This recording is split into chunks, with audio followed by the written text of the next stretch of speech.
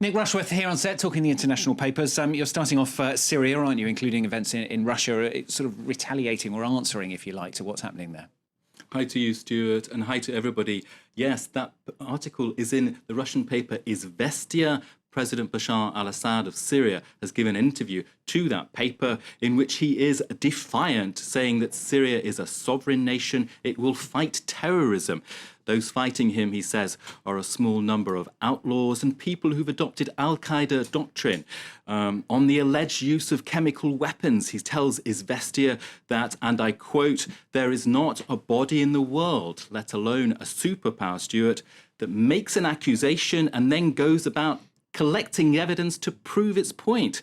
Assad says the accusations against him come on the back of the advances of the Syrian army against what he calls the terrorists. And it's kind of in direct contrast, isn't it, with Western leaders now contemplating a response to that chemical weapons attack, if you like.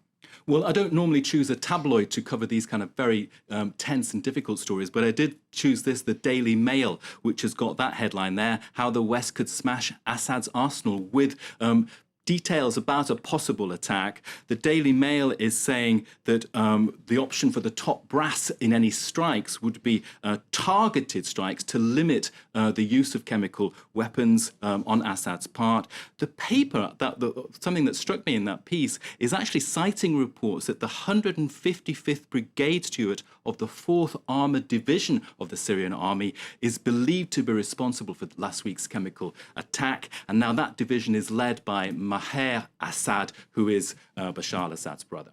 What about reaction in the US press? What are they saying? Well, another strong piece this time in the Washington Post saying that Syria will require more than cruise missiles. That's the response to Syria, of course.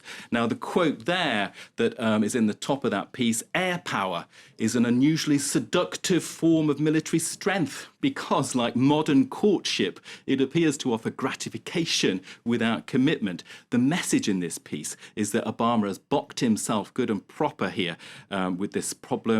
The chess game with Iran, with Russia, with China is not going to be won with a day or two of strikes. That's the argument in that piece. I'm glad to see that you've also looked at the Arab language press as well, haven't you? Well, the Pan-Arab paper based in London, Al-Hayat, which is owned by the Saudis, looks more broadly at Syria, along with Iraq and Libya, saying if it wasn't for foreign intervention, Saddam Hussein and Muammar Gaddafi, the likes of them, they would have still been in power, bequeathing their post to their sons. Now, we're going to lighten up a little bit. Some France bashing. I'm not sure we're allowed to do that on this channel, are we, Nick? But he's doing it. He's written it, so here it comes. The International Herald Tribune is leading on what it calls France's slow decline. Well, this is very striking because it's actually there, you can see the article, but also on the front page of the International Herald Tribune. It was in the New York Times over the weekend. And it's basically wondering how France can really get out of its trap now in terms of its constraints economically to square the circle with its reforms and so on. And it's saying, well, is it going to slide into sort of a European second-tier nation?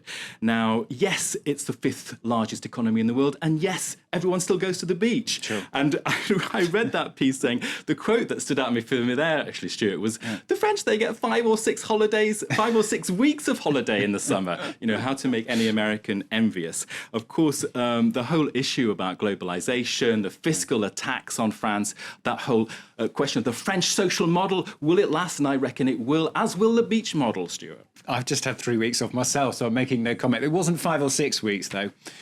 Nick Rushworth with the international papers here on France 24.